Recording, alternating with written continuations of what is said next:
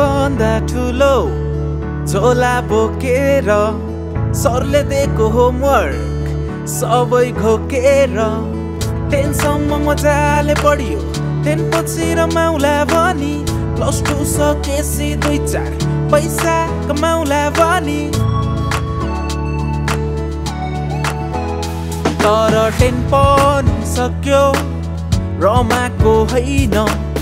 +2 सके नि पैसा कमाको छैन पढाइ गयो पानीमा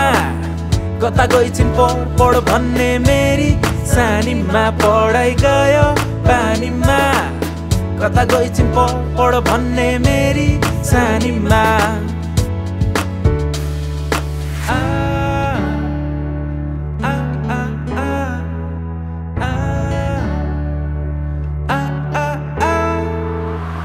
+2 सकेर IELTS मा व्यस्त सपना देख्दै विदेशको मस्त विदेश जाउँला हल्का काम गरौँला हल्का पढौँला हल्का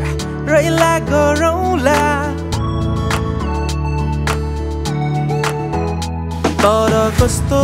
यो संसार बाँच्नु नै पर्ने +2 सके नि भाडा बाँच्नु नै पर्ने पढाइ गयो पानीमा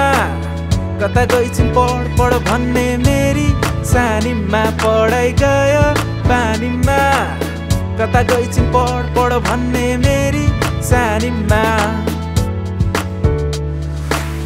विदेश नि आइयो अहिले IT पढिरहेछु थाहा छैन ब्याचलर्स कि गल्ती गरिरहेछु घरकाले सोध्छन् कस्तो